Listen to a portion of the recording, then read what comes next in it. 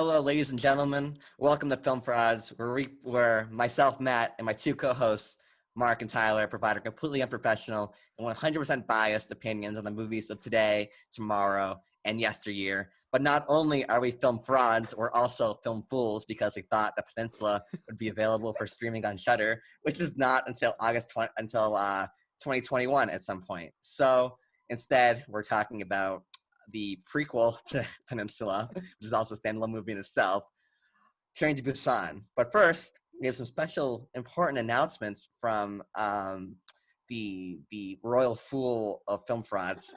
He is Sir Tyler. If you can't see, I put on a jester cap and I'm doing a dance. First we want to just you can't say, see and you're not. Yeah, shut up. First we just want to. Liar. I hate all of you. First, we just want to say thank you to the people who've been commenting, specifically Franchise Mutiny and Jeff Davidson. You guys seem to have been watching our videos and commenting on it, so thank you. Also, we're on podcast apps now. We're basically on every single major platform, iTunes, Spotify, and Google Podcasts. We're also on stuff like Stitcher and Podbean and kind of stuff like that.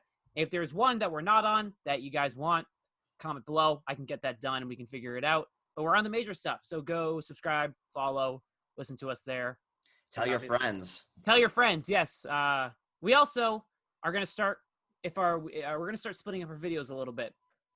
If our normal reviews go a while, and so do our what we've been watching section, we're going to split them into two videos so you guys can get two kind of separate ideas. But if it's a shorter what we've been watching section, we'll just include it all in one.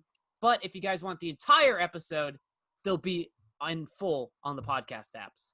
So that's what's been going on. It could change in the next week when we don't feel like doing that anymore. But for the next few, we're going to try it and see what happens.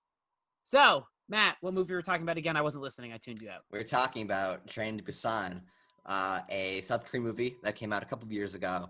And as a brief synopsis for it, there is a zombie plague going through South Korea. And it starts while our protagonist, who is a rich businessman, and his daughter are on a train going to Busan, and it's about them and a bunch of other passengers trying to survive the outbreak of the zombie apocalypse. Mark, what are your first impressions of Train to Busan? I think, well, first we should clarify, this is all a rewatch for us, but Mark, What did you, since you just watched it, how are you feeling right now? Well, the first time I watched it was actually with you two at Tyler's house in 2018 or something like that. Ago, yeah. I liked it then, and then I watched it an hour ago, and I like it now. Yeah. I don't think it's like, whoa, this is the greatest zombie movie ever. I like it. I think it's good. Tyler, tell him why he's wrong that he didn't get emotionally destroyed by the movie. I was in the same boat with Mark at first. Well, hold on. Oh. This does have,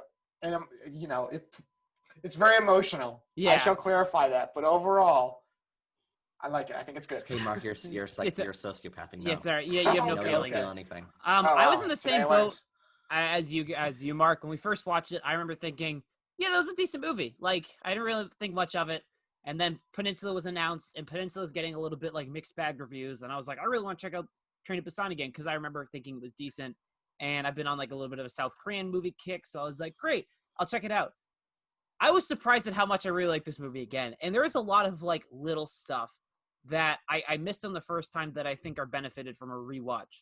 There's a surprising amount of depth and kind of societal commentary in this movie, despite being kind of a paint by numbers zombie action movie. And I think that's really impressive because this movie seems to have fallen under the wayside of kind of South Korean movies. At least it has in America. I don't want to spoil some stuff in the guessing game kind of basic research I've done, but this is a legitimately surprisingly well done and well produced and kind of well themed movie. Matt, sorry, I would agree with that. You think so? Awesome. Yeah, definitely. I think I definitely picked up on the themes on my second viewing. It was much easier to pick up on them. It's mostly with the businessman. It's a little in your face. He's a little bit of a caricature. Yeah. It's very apparent. Social commentary about kind of class disparity and stuff like that. It's funny how the villain in this very serious zombie movie is a businessman. Yeah. Yeah. I agree with Tyler more. I think this is my third time watching this movie actually, and Damn, really? because I remember I was the one who wanted to when I watched it with you guys. Is my first time rewatching it. Oh, So I okay. remember I was like, "Oh, this movie's really good. We should watch it." And you're like, "Okay." So we watched it. How'd you find about this movie? How'd you what? find about it? I used to seen a trailer for it, and then I found it on Netflix because like I'm usually pretty open to like South Korean movies in general. So I was like, oh, this movie looks interesting. I'll give it a try. I don't really remember seeing any reviews for it either. I just saw it. I thought it looked cool, and I wanted to watch it. And also, it was my mom watched it with me. Oh no, my God! And she started. I was like 25 minutes in when she came in. She started watching it, and she watches nothing but General Hospital for like the past 40 years. Yeah, which is a soap opera, and she really liked this movie. yeah, So okay. that should be a testament to like how broad the appeal of the movie is, because she started watching it when they get off the first train station and they're like on the escalator going down because I think the army's there. But she didn't know what kind of movie was. So when she sees that there's zombies, she goes, "Oh, this is a zombie movie." Oh, great! So that was funny. And then the reason why she kept watching was she wanted to see the businessman get bit. I just hope that guy gets it. She's cheering for his death the entire time. Like, oh my God. Yeah. But I think what separates this movie from like a generic zombie movie, I guess, from America, or like blockbuster movie in general from America, is that like each zombie fight scene has like a different feel to it, which I think is interesting. I don't know if you guys want to talk about it at all, but like you have like that first encounter kind of thing, but then once they get back onto the train and they're finding new ways to like to avoid the zombies and like strategizing a bit, I thought like that stuff was some of the most engaging aspects of the movie. I don't know if you guys agree with that. Yeah, I think this movie is kind of the peak example of what you can do with the modern zombie genre, I should say. Because after the evolution and rise of The Walking Dead, zombie genre is basically, it's either those kind of adapt to a new kind of take on the zombie genre. You have something like kind of like Warm Bodies, which I love. You have like the Martin Freeman Cargo, or like see that movie? I have seen Cargo. It's pretty good. Okay. It's not as good as Train to Busan. Or you have like something like Zombieland, which is like a comedic take on it. But to find like a straight like people versus zombies, no like gimmicks about it, it's just that kind of idea. It's really you'd be hard pressed to find a better version of this. And I think you're right. I think it's because one, this movie has like the best 50 minutes. Opening 50 minutes of this movie are phenomenal. It conveys all the information that you need with the main character, his relationship to his daughter, kind of who he is, sets up the world in like an intriguing kind of ominous way, and then it's just like nonstop. And then basically it's nonstop from once they get off the train station to back on the train. Then you have a few minutes of where they're kind of rest. And then it goes into what you're saying, where they have to go through the train cars in like a stylish and kind of like fun way. The movie never takes a break, but it's also not an exhausting pace. It takes a break a little bit at the beginning to establish characters. Like it's a bit of a slight, like when I say slow burn, I mean it's 5 minutes. It's taking a reasonable amount of time to establish like characters and what the situation is and build tension. So when I say slow burn, I mean it's a slow burn in the best way possible. But like we said, like once they get off that first station and they encounter like the zombie army soldiers, like after that point, it's literally nonstop. It's like the Mad Max Fury Road of zombie movies. What I liked in the beginning was sort of the misdirection that happens when you see that woman who's been bitten go onto the train, and then you see her later in the bathroom. And you think it's a little girl, And then you hear like the two people work on the train. They're like, "Oh, there's a guy in there." I was like, "Oh, they got the gender wrong." And then they like go, they open the door. It's like a homeless man, but you thought it was the girl, yada yada yada. I like that sense of misdirection that they kept on giving, because you weren't sure exactly which cart you're in. At the beginning, and I really like that aspect. And then also, we're talking about the first train stop. That whole sequence I thought was awesome. It's a lot of like creative takes on a pretty standard kind of story. Because if you think about it, the story is pretty bare bones, and I don't mean that in a negative way. It's they're on a train, a zombie outbreak happens, and they have to survive. And it's how they explore those kind of ideas that make it kind of intriguing, and how that's kind of filmed and how it's shot, and the kind of cool direction it takes, because at a certain point it changes from a survival horror to a survival action movie, which I think is a really nice. Mostly action. Well, yeah, I'd say it's mostly action. I think it's action for the last hour. I think the first hour is a survival horror as the characters kind of learn about the environment and what's happening. Because you have that first outbreak in the train car where people start running and zombies start coming. And it's just like the characters are in the forefront of it and they're being exposed to the danger. I think it's all just really well done. Mm. I do think this is also probably the best zombie movie that's come out in the 21st century. Trying to think what other ones came out. You said one. I wrote down a list. So I had, and there might be one kind of contentious one. I have Zombieland. I have Warm Bodies. I have basically the shittier American version of this, World War Z. Yeah. I have Dawn of the Dead, the Zack Snyder version, which actually isn't that bad, and I have Shaun of the Dead. What about Ravenous? I forgot you saw that movie. How is that? How does that compare? It's really, really good. I'm actually gonna rewatch it soon. But I don't think it's as good as Train to Busan. But I think it's a really, really good movie. Okay. There's a zombie movie. I don't know when it came out. I saw it as a kid, and it scared the living crap out of me. And it was a French film called The Horde. I've never never heard of that. Yeah. I haven't seen it in a long time, but it was like Yeah. one of those movies you see when you're really young, and it has like a profound effect on you, and you're like it introduced you to this whole new set of ideas that you didn't know existed.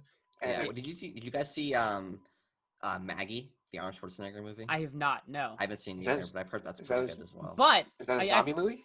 Yeah. I feel like this also proves my point. Think about it. Zombieland's a comedic take on zombie movies, kind of a satire version of it. Warm Bodies is a kind of romantic take on it with an interesting take on kind of the main leads. World War Z is the only one that compared to a straight zombie movie, and World War Z is not as good as this movie. No, not nearly as good as Dawn of the Dead, the Zack Snyder version, is like that, but besides the really good opening sequence, it's not as good as Train to Busan. The ending part is good as well, like when they're on like that. I love the ending. The armored. Oh, that's right. Stuff, Yeah, and they're surrounded. But like there's like one scene in that Dawn of the movie that I hate. Like I just hate and I can't get through. Okay. It's like the pregnant lady when she gives birth to the zombie. Oh, that was just gross, and I hated that scene. But that's the standard kind of like shoot 'em up zombie take. Then you have Shaun of the Dead, which is probably in terms of like production and kind of overall movie, it's probably a better movie. That one I feel like you can debate a little bit. Yeah. I feel like you might get backlash. And then like The Walking Dead as well. But yeah, but The Walking Dead I feel like has run its course. But The Walking Dead's also what kind of popularized a lot of this again. I would even say that the best of The Walking Dead, at least from like a filming standpoint, doesn't match Train to Busan. No, I would say like the first season or two. I'd say that first season and second season of Walking Dead are really great. But no, in terms of like straight genre zombie movies, you have World War Z and you have Dawn of the Dead, Zack Snyder. Yeah. In terms of just straight. And Train to Busan trumps these heavily. Yeah. It's one of the better South Korean movies, I feel like, of the 21st century, too. I feel like it's up there. In terms of pure enjoyment and kind of a start-to-finish production, I think it's really great. I don't think it's a perfect movie. I do have some like, faults with it. But I think the faults are kind of at a minimum, too. Yeah. I don't know. I would agree. I would say, like, what elevates Train to Busan over other American or, like, just other zombie movies in general, like the Zack Snyder one, is just that, first of all, like the directing style, there's so much energy in the directing. Like you compare like a fight scene in Train to Busan to one like The Walking Dead. The Walking Dead is shot of survivors shooting, shot of zombies getting shot with CGI blood coming out of their heads. And then in Train to Busan, like for example, you have them crawling through the upper part of like the luggage compartments. They're like there's so much energy to what's going on. Like that scene where they're trying to get like the door open because the businessman has tied it shut, and there's like a crane shot of the guys holding the door back, and it cranes, and then the baseball bat guy's just wailing on the door. Yeah. Like there's so much energy and so many long takes in this movie that I think that's I call it the Max Fury Road of zombie movies, because like the action is so clear, and there's so many held shots that make everything just feel more tense and visceral when you're in it. Mm-hmm. There's even that kind of because throughout the movie the zombie death and attack scenes are all kind of filmed very frantically. They're kind of like, oh my god, what's happening? But once that main group of survivors ultimately dies to that old woman opens the door, you're right, it's that crane sweeping shot where clearly they have taken one wall of the exterior train set and like swooped a crane through, and all the deaths are in slow motion. Yeah. And it's this like stark change because now you like the perceived bad guys of the movie are getting eaten. and it's just like this stylistic, like swooping slow-mo train, like crane shot, like you mentioned. You're Yeah. right. There is like a lot of great stuff, a lot of great like separate scenes. I think a lot of us really. Should we talk about our favorite character in the movie? Oh yeah, I mean, was about to say. like the husband of the decade. Yeah, the best husband character He ever. is. He is so cool. He is the coolest. What's And he his- has like- he basically has no he doesn't have like a backstory or anything. He's just But- a husband. That's his He's character. just he's just and husband and soon to be father. Yeah. The actor's name, the character's name is Yeah. Sang Hua, Okay, and I'm gonna butcher the actor's name. do it. Do it. Ma Dong Seok. Can't I'm see. not gonna pronounce Yeah, that. I'm not even gonna try. He's so good in this movie. I think but outside of the main father, there's like no characters in this movie. Well, I mean, the father isn't even really a character. Like, I think he is. I think he has a okay, clear yeah, arc. he is a character. I Yeah, mean, compared to everyone else, he's a character. yeah. Well, it's like he has we clearly established at the beginning Yeah. his relationship to his daughter, because he comes in and they don't they're clearly distant, and he buys her a gift and it's the Wii, but she already has one. Boom, conveys right there Yeah. the relationship between the two. But then you Yeah. witness him kind of act for himself, and kind of even his daughter calls him out on it, like, you only care for yourself, and he just tries to take care of her, and that kind of changes us a little bit as he works to save people, Yeah. which ultimately leads to him trying to save his daughter and the pregnant woman, and that results in his death. And there's a clear arc in it. But you're right, it's not the most involved character. Yeah. But I it's think like the acting. Yeah. The acting is what elevates it, and just the fact that you can sympathize with people in this, because everyone likes to fantasize what if it was in a zombie apocalypse. So you just feel for these people because they're so confused. Yeah. But yeah, I'm sorry for interrupting you. No, I feel like that's a really good point, because I feel like realistically, a lot of us would be in the situation where we're there's that business guy who's seeding doubt throughout. Yeah. He has that one moment where he's getting punched by the main character, and he's like, they're all infected. He's infected. Look at his eyes. Yeah. Realistically, there's that panic and that doubt. And then even though you can clearly witness, and we've seen examples of what a zombie looks like and what he looks like, people start to believe that business guy, because it's this wonderful kind of letting characters kind of evolve naturally and how they would genuinely react to the situation, like you just said. Yeah. That's one of my favorite parts about the movie. They feel like real people, so you don't need that they sue old boy backstory to Yeah. someone, because they just feel like real people, and you just feel like you're stuck in the situation with them. So yeah, I would agree with you there. Mark, did you sympathize with the characters, or did you think that they needed more to them? Well, I'll just say that the muscular man, I would follow him into war. Yeah. God, when you just I'm gonna that's the gold standard. That's where we want to be. Yeah. yeah. Physically and just spiritually, he's just the perfect guy. I know. Can we frame that shot where he tapes up his arms and he Yeah. walks out, and there's yellow tape, Oh and he's my leaning God, in front, but he's flexing a a bit, and he's got the Yeah. invisible lat syndrome, where he's just wider, and then He's the just door, he's just you're just yeah, you're I love you. And he's just Yeah. punching them in the faces because he's in the front. It's Yeah. he's so cool. He is Even so when he cool. turns into a zombie, he's holding the back. Yeah, he's Yeah. fighting the disease for as long as he can to save his Yeah. pregnant wife. Oh my God. Yeah.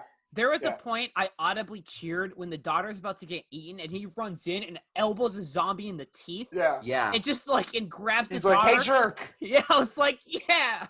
Yeah. I was oh my God. He elbows a zombie in the teeth with his bare elbow, I and it's know. fine. And that's just the coolest thing ever. Oh my Yeah. God. Yeah. Oh my God, To further answer your question, Matt, I definitely think there's plenty of character in this film. I would say the one character is probably just the businessman, because Yeah. really up until his final scene, he's Yeah. just this force that just keeps the plot going. And It's a little obnoxious at the end when he keeps killing off every character. But Yeah, it's also expected. it was so Yeah. tiring. I was but then when he comes out and he's like, "Sir, I want to see my mom," okay, now he's a little more three-dimensional. Mm. But I, always dead. But anyway, I'll say the kid from Parasite, his little He baseball guy. baseball guy.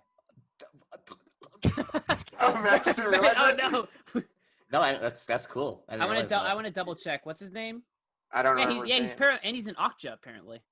Oh, Matt's Matt's like, what? him and his and that girl, their relationship. I thought it was very tragic and real. Yes. It's like he's just sitting there, he's holding her, Yeah. and he's given up. He has nobody. Yeah. Yeah. He's just And then waiting he for it just to lets get it infected. happen. Like, Yeah, I was like, that was really sad. And then the final scene between the father and the daughter. That one got me. That was tough. That got me. I forgot how, because we watched this all together, and I forgot, like, they're just, like, both crying and screaming. He's, like, rip her hand away, and I was like, this sucks. I was like, the shot of her, like, little hand on his Oh. arm, that was, like... That killed me a little bit. That one got me. Yeah, it's so much more sad, like when you know it's when you know it's gonna happen too. Like when he fights the businessman and then he gets bit in the hand, and that's when the daughter starts wailing. Yeah, she knows like, oh, he's bitten out. But yeah, like you said, when he's just holding on to like the shirt, and he just has to break off just because he cares about her so much that he wants her to be safe, and it's like, oh. You're like, God damn it. And then the two elderly women who they get split up, and she's like, "You idiot! Why would you do this? Why are you always trying to help other people?" And then she goes like, "What a load of shit!" And she opens the door. That's awesome. I really, that was awesome. I do, like, again, I don't think this is a perfect movie. I think when we're kind of like praising, or not praising, but kind of talking about these characters, we should know that it's extremely predictable. Like, I know I've already seen the movie, but if you watch any kind of like survival horror movies, they all follow tropes that you expect to happen. Like, realistically, we all know that businessman is going to get his comeuppance and he's going to die. Yeah. Like, that's very telegraphed. We know that the great husband is going to end up sacrificing himself. And we know that stuff's going to happen. And I think there's a definite predictability that can take away, because it does kind of fall into a little bit of genre tropes a little bit. With the businessman being like, humans are the real villain. Like, what's the movie? The new horror movie coming out. The sequel to A Quiet Place 2. With like Cillian Murphy. If you've seen any of the trailers for that, it's very much giving off the vibe that humans are Cillian Murphy's in it? Yeah, he's like the main bad guy, I think, in A Quiet Place 2. He's a bad guy in that? Oh. Yeah, but I think it's very much giving off the vibes like humans are the real villains instead of like the giant force of zombies or whatever. And I don't find that as interesting as like characters battling zombies. Yeah, there's like kind of cool element where like the dad might be responsible for the outbreak. Yeah, what was that? That was never really fully fleshed out. I kind of wish he did more with it, but like, there's that phone call where he's like, "I was like, sir, are we responsible for this?" And he goes, "Oh, I don't know. It's something about it or whatever." Is that when he breaks down in the bathroom? Is that right after?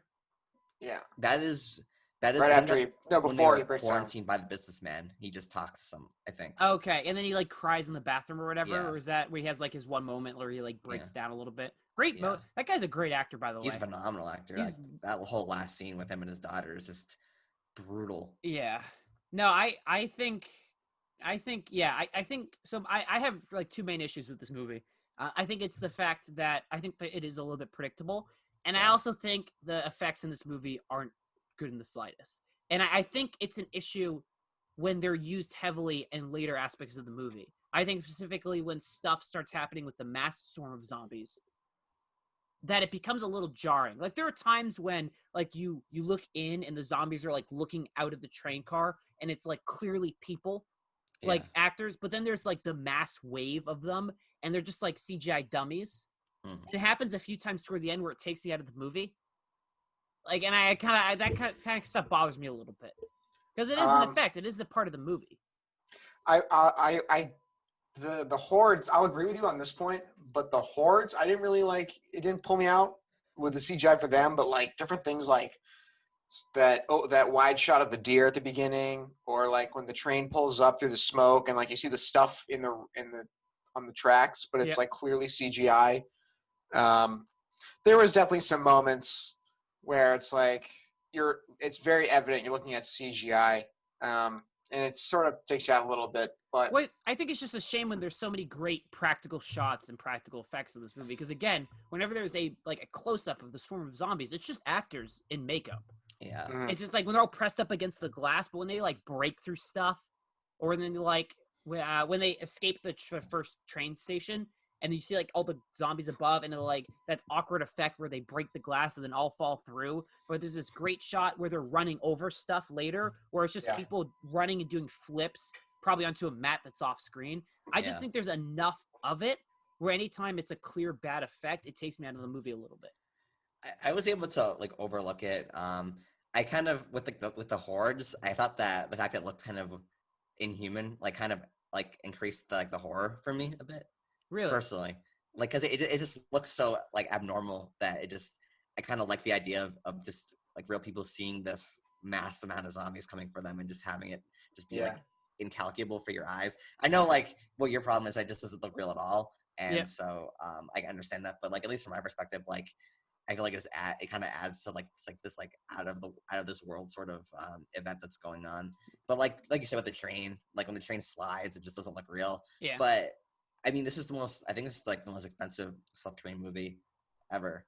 Like budget wise. I know how much this movie cost. We'll save that for guessing game. Yeah. So you don't have to look it up. And I'm gonna look up the expense of that movie though. So like I'd give it a pass. But yeah, the best parts it is kind of a shame because the best parts of the movie are like the fight scenes with practical zombies in them. Yeah. So that is kind of disappointing. But I mean, I don't know. You kind of need like something kind of big to happen at the end. So considering the movies probably didn't have the biggest budget compared to like an American movie, I'm willing to give it the pass. And it didn't, because I'm so invested in the characters by this point that it didn't really bother me. One of the grapes that I had, and it's several occasions where this happens, but the first time it happens, I let it slide. It's the bite logic of the zombies. You know, like you get bit, and then like 30 seconds later, you're a zombie. Not and for then everyone, you get like, though. Not for and then you get to the muscle man, and then he gets bit, and he goes on to like. But he's so he defies basic human biology. Mark, come on. I was like, this guy, like, I was like, that's why I let it slide. I was like, this guy is just fueled up on rage and muscle, and just wants to save his family. Yeah, keep doing what you're doing. You're doing great. So and then it takes more to course through his muscles. So the more jacked we get, the longer we have after a bite. Yeah. Yeah. And then like you get that instance where like the girl on the train, like I don't know what her name was, but she gets bit, and then like literally it's like 15 seconds later she's a zombie, and then the father gets bit, and then it's like another like it's like 5 minutes for him or something. And I get why, because for the sake of drama and theatrics, but it's like there should be a little bit of a We're calling you out. Come on! You guys you've been gripier about other things. No, but just kidding. Oh my God, Parker's ready to swing. No, I'm ready to swing. I feel like there is some stuff takes longer, but I feel like it's all within at least it's still a contained amount. Yeah. Like they're not like the father, he gets bit and it's really probably like a minute. And some people get bit and it's 30 seconds. Or the strong muscle in your heart. It just kills you. Or the big muscle guy lasts like 30 seconds, but then he fights it for 30 seconds. If the movie just like he gets bit and he just keeps going and he survives until the end, I would have accepted that. Yeah. I would have He's just like zombie. Yeah, you're just like, alright, fine. Like his eyes turn like they're like pale, like he's turning into a zombie, and he's like hold on 1 second, he's blinking, and then it goes away. He's like, okay, I'm good. He's like, okay, it's gone. I'm cured. I'm like, oh yeah. Yeah. It'd be great in Peninsula if like he just came back for no reason at all. Yeah, he's just alive. I'd be okay with that. I'd be okay with that. There's also like a weird consistent logic. Like the zombies sometimes break through windows, but then don't break through train stuff. Well, I mean, we talked about the scene where like it's like tipped over. Like maybe just the pressure of all the bodies there. No, I was talking about how like some of the doors break open. Yeah, some of the like when he's holding all the zombies back and the door starts to shatter, except whenever they shut it in a quick panic and they're still going after it doesn't break, or when they like. But then you wouldn't have the cool scene where he's holding them off. I know. Listen, there's a lot. You gotta compromise. There's like we could ignore all the logic, but then we don't get amazing husband of the decade. Yeah. We don't get his kind of journey. I love how he just like shows up. I think you mentioned earlier. He has no like backstory. He's just like badass. Yeah, that's you don't even know he's badass. You can just tell like the actor does such a good job. Yeah, he like exudes confidence or whatever. Yeah. And he's talking to the daughter, and he's like, "What does your dad do?" And he's like, "He's a fund manager." He's like, "He takes money from people." And she's like, "Oh, I know." And he's like, "All right, cool." He's a bloodsucker. Yeah, it's like, oh, nice. Do you guys have any other gripes or any other things you want to talk about? Because I like how a lot of the stuff that happens in this movie is a result of people doing stuff. Like the big muscular husband guy dies because our main character bats the zombie to the ground. and the Yeah. zombie like comes up and bites him, Yeah. or the main group of people at the end die because they tie themselves in, or in the other group survives because they spray the windows with the fire extinguisher to block it. Like a Yeah. lot of stuff is like the result of human kind of involvement. And I like that kind of touch. It's the little things that you kind of pick I up. just want to shout out the acting of the little girl. Like he's literally incredible in this movie, especially towards the end. Like with the emotional scene with her father, and then when she's going down like the tunnel at the end and she's singing and she's crying. Yeah. Like she's Yeah. like usually child acting, like even good child acting is sometimes like not good compared to like adults, but she's phenomenal. She's utterly phenomenal in this movie. I feel like that needs to be shouted out. Yeah, no, I was gonna bring that up. Like, there's that specifically for me, was that shot of her like after the father falls off the train, and it's like her behind the door, and she's just like wailing. God, yeah. I was like, holy crap, she's quite an actress. Yeah. Yes. So it's hard to I feel like definitely agree with that. I feel like it's hard to have kid actors screaming and crying a lot, and it not like great on you. But every time she does it, feels like it's actually like genuine and earned, which sucks because it's like a little kid like going through hell. Yeah. But I feel like it is at least warranted within the movie. Do you want to go into hallmarks? Well, I have a gripe I want to address. Okay. Absolutely. Is this a Mark sleepy time moment? No, it's not a sleepy time moment. It's a thing that movies do that bug the hell out of me. Yeah. It's like the emotional cue music, like the sad piano notes. Yeah. But it's so sad. The scene. I can't. I know it works for the scene, and I get why it works. I just stylistically, I can't stand it. I can't. I'm like, oh, come on, just give me a break. Just cut the music and let the scene play. Are you talking about? And that happens. Well, not in the end scene. I think there's like 3 or 4 instances in the movie where it happens, and that's like a moment where I pull up my phone. I'm like, okay, is this thing over yet? I know it happens with the baseball player's death, where she like turns and then it's like the do do do, and then she eats him, and you're like, oh, okay. You're like, great. I also feel like I wish he survived. Like that's not like a personal, like actual, like any fault. I just thought like I know he's like he doesn't have anything to live anymore, but he's like 16. Yeah. Like, dude, it's like a high school girlfriend. Like, is a zombie. Like, you'll live. They weren't even boyfriend and girlfriend up until. That's right, up until the end. An hour before they die. I feel like I thought he'd be more broken up by all of his friends being eaten and killed in front of him. Well, he was. Yeah, there was a scene where he can't even move. He's like holding the baseball bat. He's like, that's like confronting the horrors when they first all get attacked. Because he like bursts into action, but when he sees the ball and he can't move, that's a different thing. He's still mourning them. He literally can't. What are you talking about? He's not afraid of the other zombies, but he's afraid of them. My point still stands, even though I don't think it makes any sense. It doesn't make any sense. I have no idea what you're talking about. He's like a 16-year-old kid. I wish he would have like been like, it's a high school girlfriend, and then survived. But he died right in his arms. Yeah, but I know. I was like, I wanted them to live though. I agree, but like I don't think that. I mean, I agree with you to a certain extent, but I think this whole world, like he's in a zombie apocalypse. I don't know. Like I feel like you can chalk that up to his life is. I mean, what does he live for now? He's in a zombie apocalypse. I don't know. Survive. I don't know. The next high school girlfriend is fine.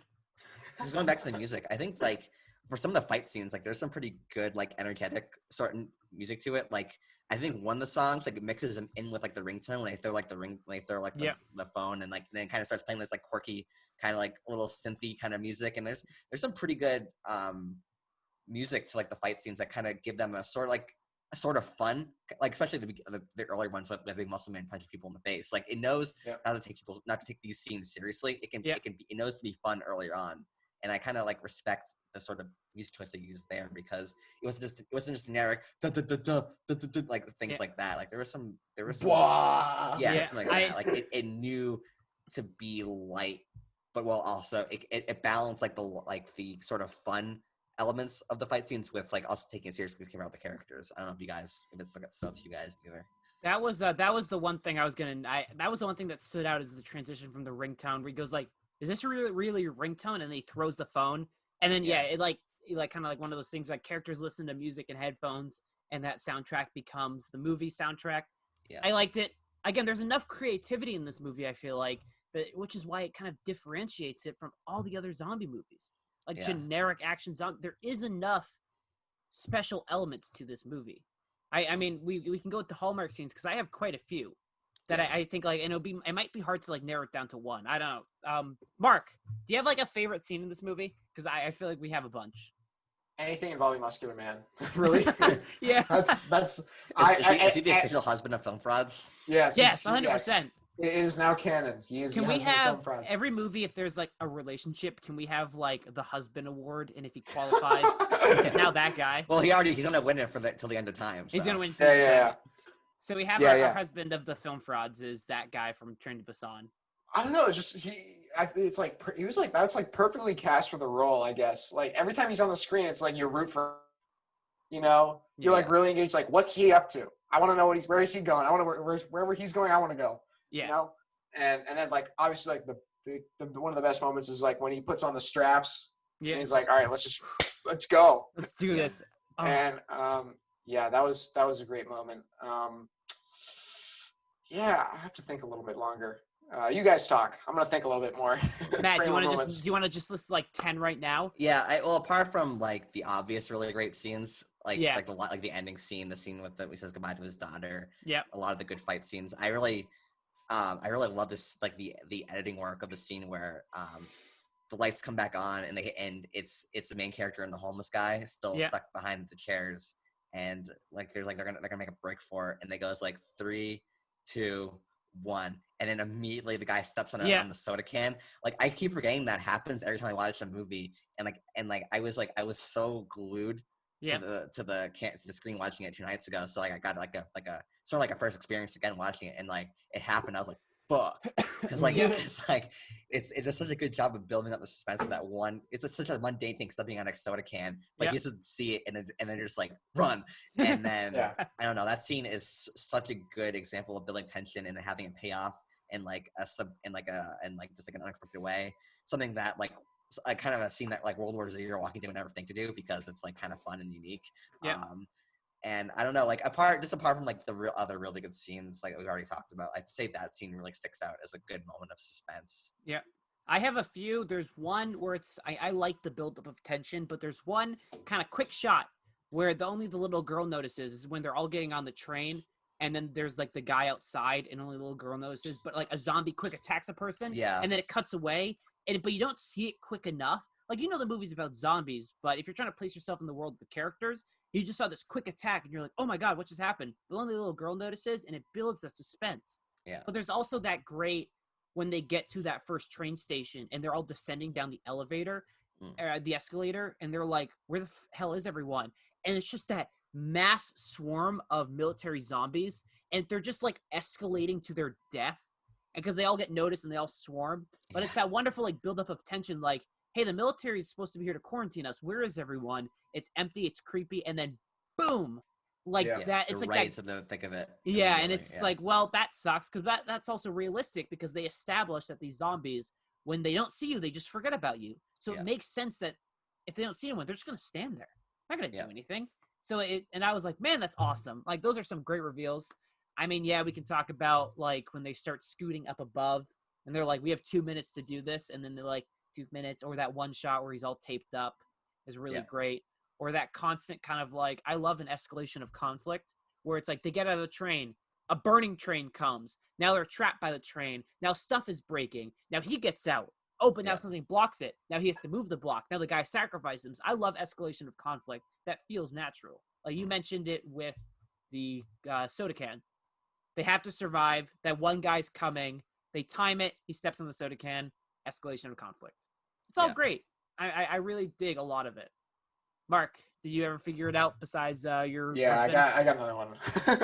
Okay. It's another scene involving the husband. He took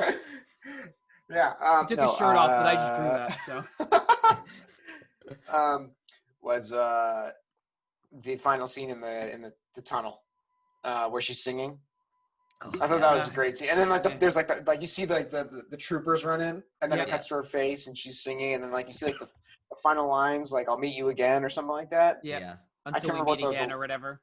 Yeah, until we meet again, and then it cuts, and then the movie's over. I thought that was great. Yeah. Good ending.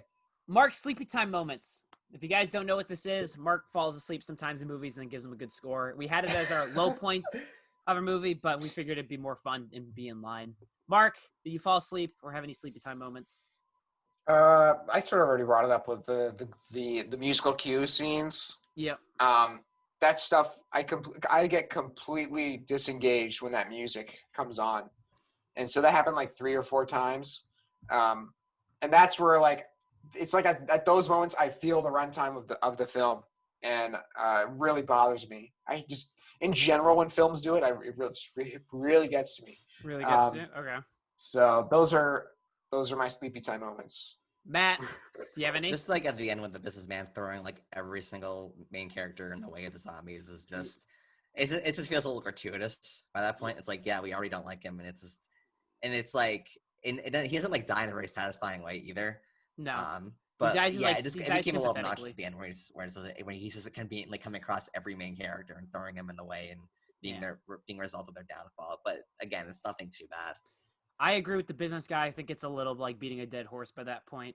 I've already kind of shown my gripes with the bad CGI in this movie, but I think there is one like nitpicky kind of part. But when all the zombies start hanging on the train to be like slow it down when they're getting away, and he like kicks one of their hands off and they all fall. Yeah, but he was the one holding on to the rail. No, but they show other zombies grabbing it, and he kicks like one. But he was like the key. He was like the guy. Yeah, it's like it's because those 2 remaining hands were holding like 50 zombies. Yes. Like if you lose a hand, then they all go. Yeah. Fine. I still. Idiot. It's a half sleep time. Take an engineering class, physics class, Yeah. whatever. It's yeah, that's my sleepy time. I think anytime there's bad CGI really takes me out of the movie. Yeah. All right. Guessing game.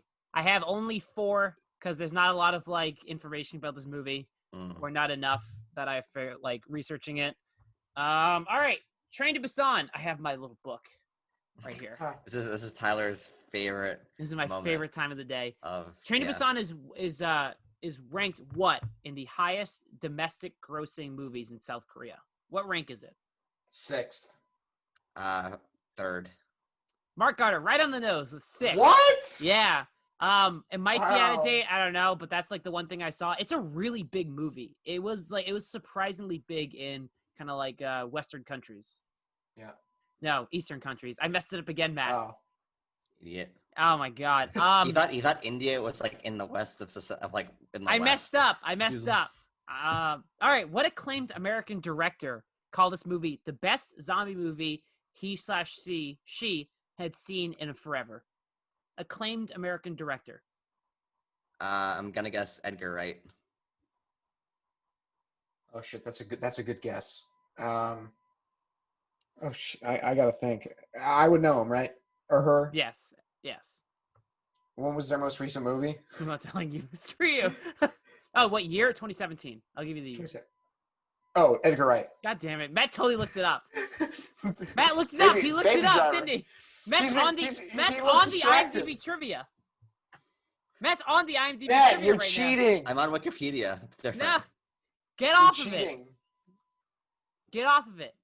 All right, I'm off of it. I'm No, 2 you for aren't. 2. I'm 2 for 2 right now. Matt looked it up, you bastard. That was a good one. I thought that was a good. All right. Last time with Old Boy, we talked about Matt. Hands up. Put your hands up. No. Put your hands up, Matt. No. Last week we talked about the Guardian That's ranking. disqualified. Yeah, Matt's disqualified. Last week we talked about the Guardian ranking South Korean movies. What rank did they have Train to Busan? 5. 6. It was not ranked. Oh. It was not in any of the rankings out of You the top lied to me. 25. Well, that was the trick. What is the budget and box office of this movie? Matt, you are not allowed to answer. 85 million. The budget? Box office. No, 98.5 million. Budget was 8.5 million. Matt, you just suck. You're mean. You're just What are you bully. doing? Why are you Yeah, looking- that's the whole why are you point. We like cheating? giving people trivia. That's not like a bit. You're just ruining it. It was Fine. 8.5 million to make. Yeah. And How much said did it it's one make of in the the most U.S.? It's worldwide is How much did it 98. make in the U.S.? I don't know. I don't care enough about you to give you satisfaction in the answer. Well, 2.1 you said this million. is one of the most. You said this is one of the most expensive South Korean movies. I think it's could the have. most. Before this, I saw it was Snowpiercer. Do we have a Snowpiercer budget? Maybe we can compare them. Somebody came up before Train to Busan. Yeah, but Isn't Snowpiercer an American movie? it's technically a South Korean movie. I mean, Yeah, but Hold on, look up Snowpiercer budget and we can compare. We're gonna look it up. I'm looking it up. Real quick, grades. Snowpiercer budget was 40 million. This doesn't compare in the slightest. So Matt, you lied. All I'm right. thinking of South Korean. you ready? You ready All for right. this grade? Grades. If you don't know what we do, we give stuff on an A, B, C, D, F scale, but just A, B, C, D, F, no plus or minuses because I find it fun. And you guys begrudgingly agreed, it seemed like. And yeah. So, Mark, what do you give Train to Busan? I give it a B. Big old fat B. What are your reasonings for giving it a B? A quick rundown. It's just mostly like an overall feeling, I guess. Like this movie's really good. But it doesn't just hit that A mark. It's more in line with Dune. Oh my The god. fact that you're giving Dune and Train to Busan the same grade just really tickles me. Matt, what do you give Train to Busan? And This what are is your like this reasonings? is a low A for me. It's I'm low gonna A? give it an A. I think You're- it's worthy of it. I was so engaged. This is my third time seeing the movie, and I was more engaged this time than I have been in either of the previous two. I was floored by this movie from beginning to end, from to end. And, Okay. You can do it. Okay, good. Yeah. I'm also gonna give this movie an A. It's on the lower side, but I do think for the type of genre that it is, I think it's the best possible outcome we can get. There's enough creativity, there's enough clear passion with the performances, with the kind of like style and editing. I think it's as good as you're gonna get. It's not a perfect movie, but I think in terms of a solid 2 hours, because the movie's a little under 2 hours, it's the best kind of version you're gonna get. So we're right and Mark's wrong. So Mark's wrong. All No. right.